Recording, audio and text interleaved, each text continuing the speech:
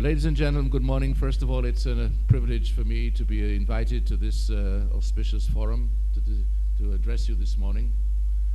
And I would like to begin by saying that I believe that this issue of Iran is no doubt a very central issue, a focal issue, as Oded said, but I think it's important to put it in perspective, and that's what I will try to do.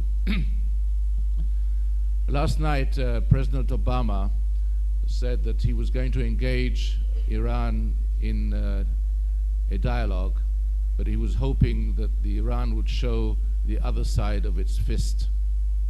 And I think in so saying, he more or less defined what the issue is at this particular point in time.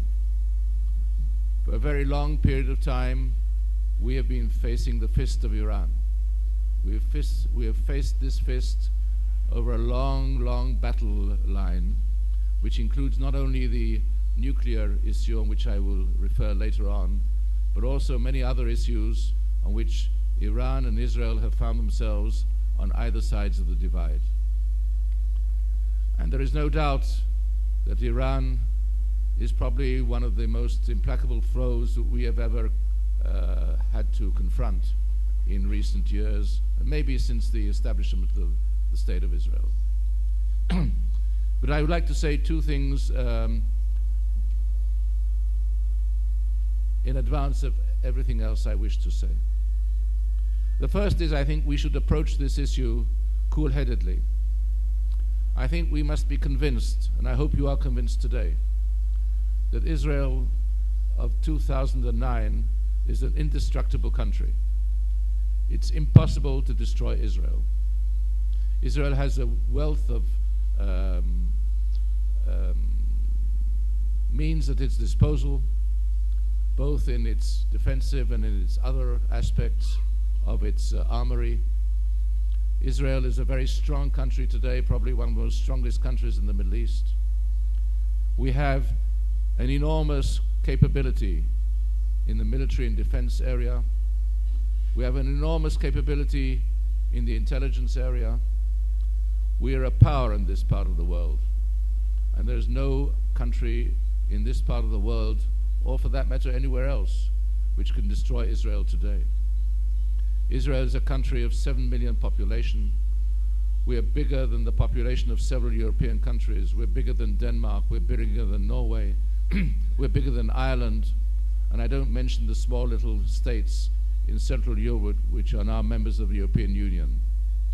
I think it's important for us to get used to the idea that Israel is a very, very powerful player, a very, very useful player in the overall architecture of the struggle of the free world to maintain its freedom in these troubled times and these troubled seas.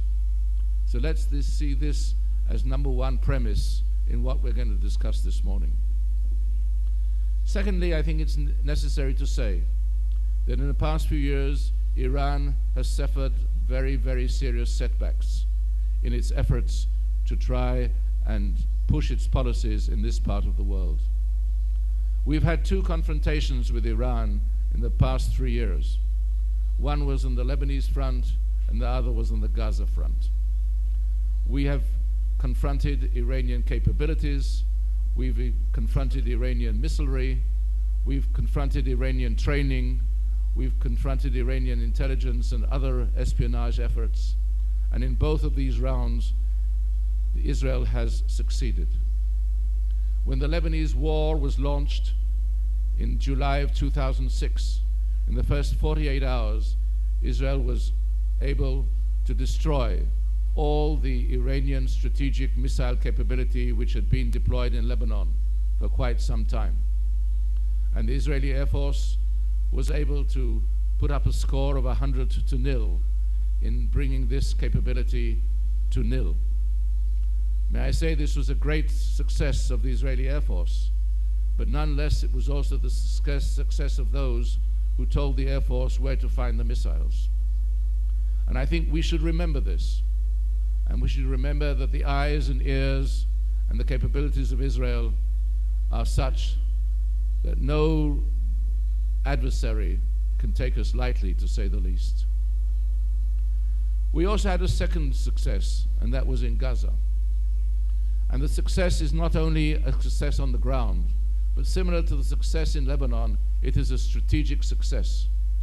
In both cases, both in Lebanon and in Gaza, we confronted Iranian proxies.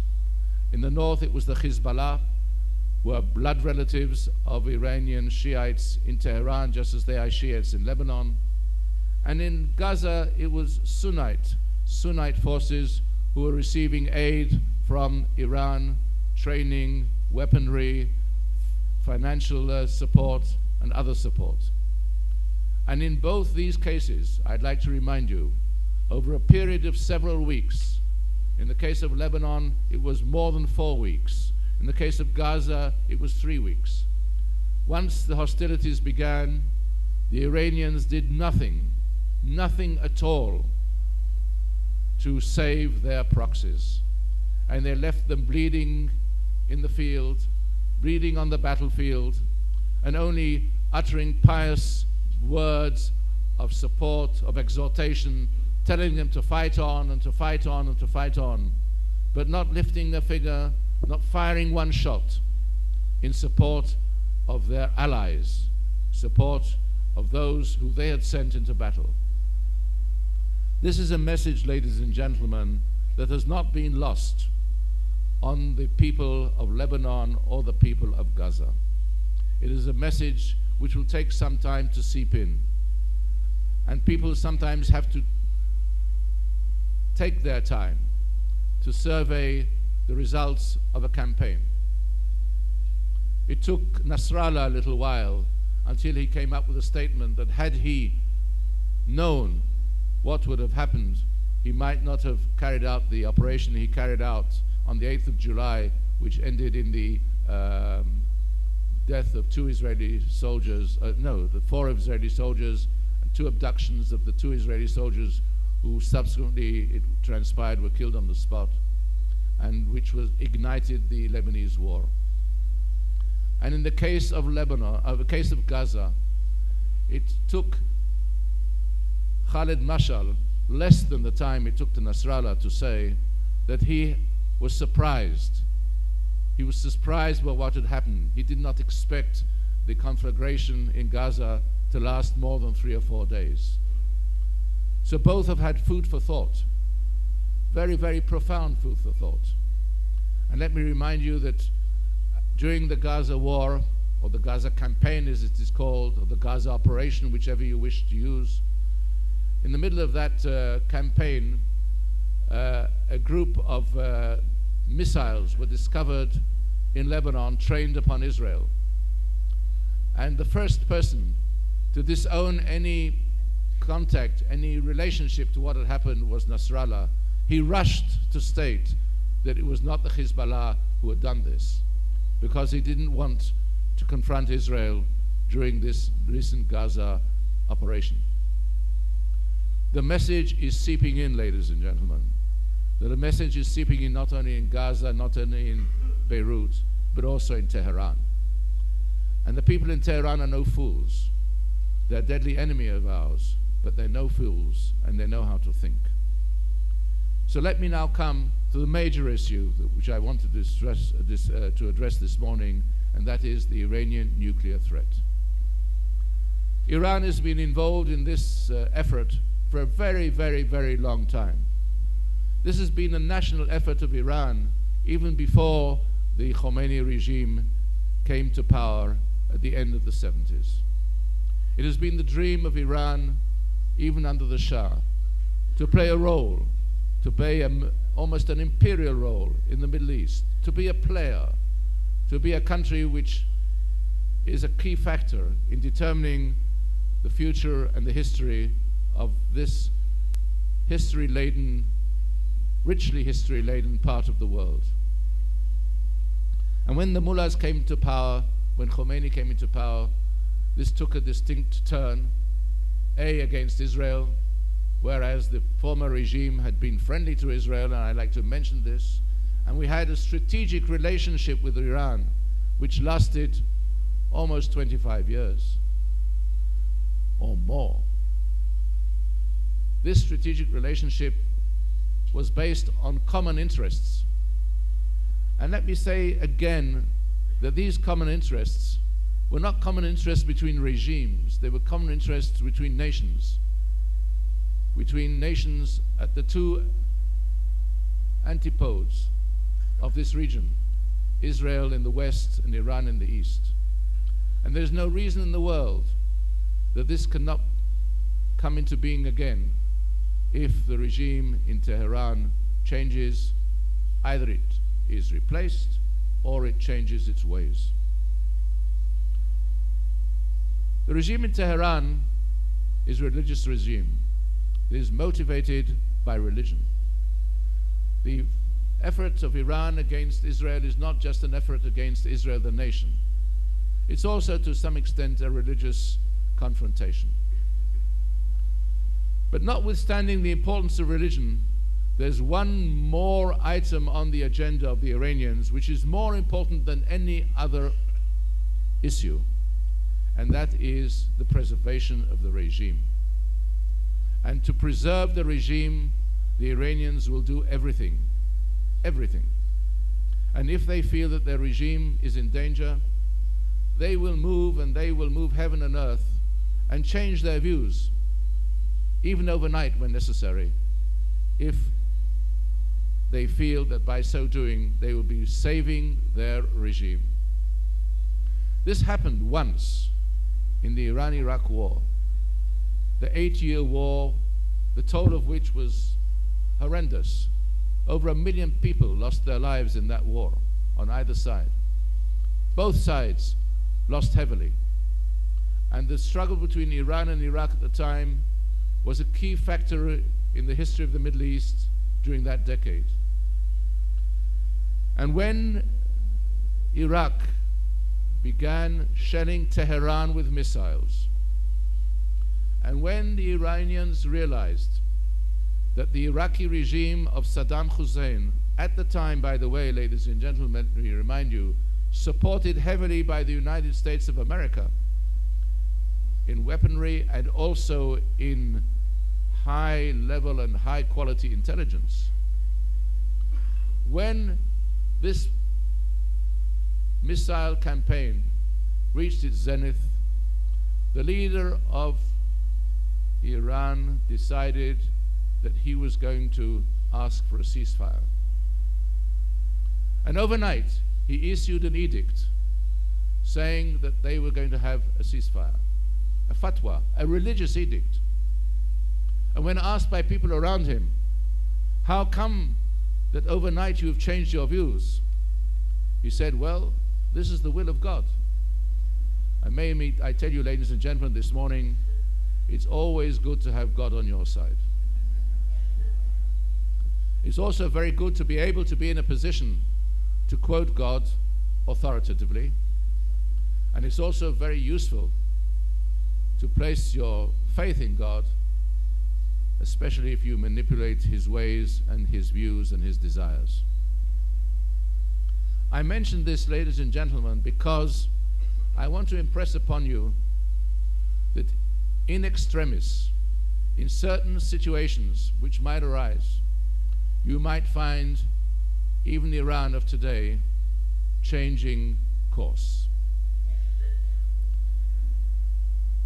We have known about the efforts of the mullahs and of the Iranian regime to obtain a nuclear military capability for close to 20 years. And this has been one of the main issues which have confronted 5 to 6 Israeli prime ministers, 5 to 6 Israeli chiefs of staff, and 5 heads of the Mossad. And if you wish to assume necessarily that even 50% of these gentlemen, because during that period of time there was not a lady prime minister, there was before, and a very, very formidable prime minister, I might say. But even if you must assume that of this cluster of people, 50% were utter fools, including yours truly, you must assume that the other 50% were people of value who knew what they were doing. And you must assume that if this was considered a major threat throughout this period of time, that something was done.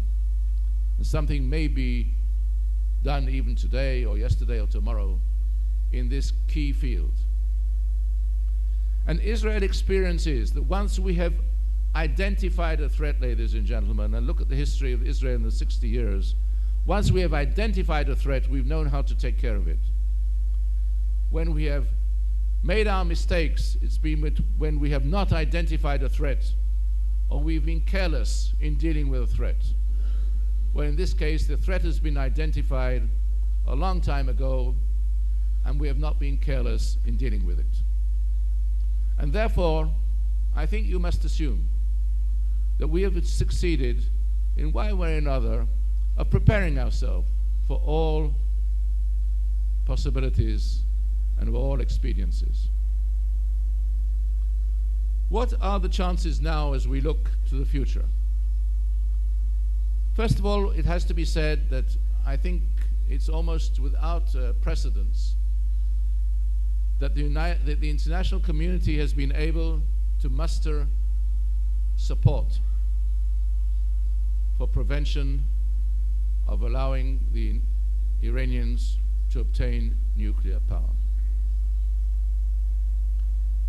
I must recall that a few years ago I was on a visit to Moscow, and I met a Russian official, a Russian statesman, a very senior one, whose name I'm not allowed to divulge, except to say that I can think of no more senior person than him.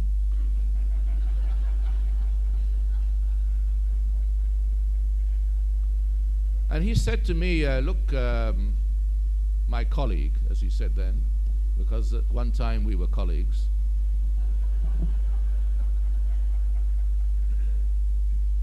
he was promoted and I was not.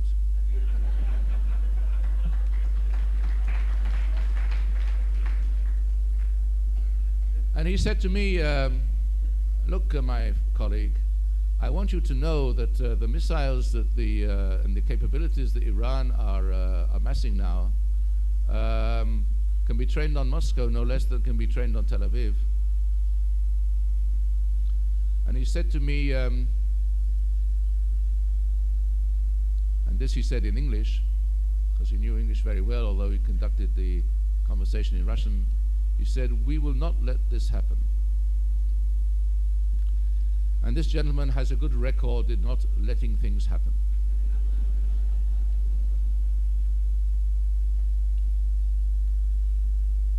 I'm saying this because I believe that we have to see things not only in their stark reality, in their stark threat, but also in terms of what it means to the world at large.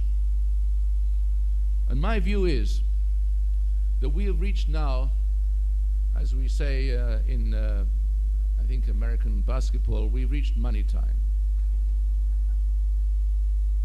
We have a new president of the United States of America who wants to engage Iran in a dialogue. This has been the dream of Iran for over a quarter of a century. This has been something which has been denied to the Iranians by successive American administrations. And I'm not saying that the American administrations were wrong in so doing. I'm simply stating a fact. And it was only in the year 2006, 3 years ago, that the American position began to change. And the United States was willing to contemplate a different track under certain conditions. Conditions which were not met by the Iranians. And therefore, such a dialogue did not take place. But now, we have an administration which has said in advance, and has restated it since it's come to power, that it has the intention of launching a dialogue with Iran. And this dialogue will be approached with great care, I have no doubt, and will be conducted by people who have great experience, enormous experience, both in the field of diplomacy and in the field of power politics. And I am one of those who do not think that we should easily and flippantly criticize the capabilities of the United States of America, or even sometimes the wisdom of the United States of America. We have differences of opinion with the United States of America on issues, and we might have differences of opinion with the United States of America on issues which will come to the fore as of tomorrow when Senator Mitchell comes here. But on the issue of Iran, there is no doubt that the aims of the United States and the aims of Israel are identical. And if they believe that they want to try a different way, to try it, I think we should not consider this as a threat. We should consider this as an opportunity. As I said, for years the Iranians have sought this dialogue. And now it has come. And now it has happened. And now it is upon them. And I would like to say to you, out of some knowledge of what has been going on in the last couple of years, that I believe that the Iranians, in their heart of hearts, were hoping that the United States would continue to refuse to talk to them, because they can continue prevaricating as they've done up to now, to being deceitful, to lie to the intelligence and to the international community, and so forth. But now this will no longer be possible. And the moment of reckoning has come. And it's coming very fast. And it's coming at a time for Iran in which their shares in the international community have fallen. They've fallen financially because of the crisis in the oil market and the enormous drop in the price of oil. It has come because the economy of Iran is suffering inflation over 30%, and that's the official of inflation, but it's probably higher. It's come at a time when unemployment in Iran has reached levels unprecedented in the history of Iran. It's coming on the eve of elections to the presidency of Iran. It's coming at the times of heightened tension inside Iran. And now the United States is going to tell the Iranians that we are going to talk to you, we're willing to talk to you under certain conditions. And I think we should put some confidence and trust in the United States that they know how to talk to people and to countries. They certainly know how to talk to us when they want to make their minds clear. And I don't think that we should think that they will mince their words when they talk to Tehran. At the same time, I think we should maintain our vigilance. We should continue our efforts internationally. This we shall do. We should prepare ourselves for a day in which we might have to think that all other means have been exhausted. We should prepare ourselves properly, cool-headedly, without resorting to unnecessary or an undue anxiety. We should be serious, we should be anxious, but we should be confident. And if there's a message that I'd like to pass to you this morning, is that alongside the necessity to be aware of the threat and not to forget it, we should also be imbued with the confidence that we are able and we have the means to meet it head on if necessary and successfully. And the events of the last few years have shown that when it comes to money time, we're always on top. Thank you.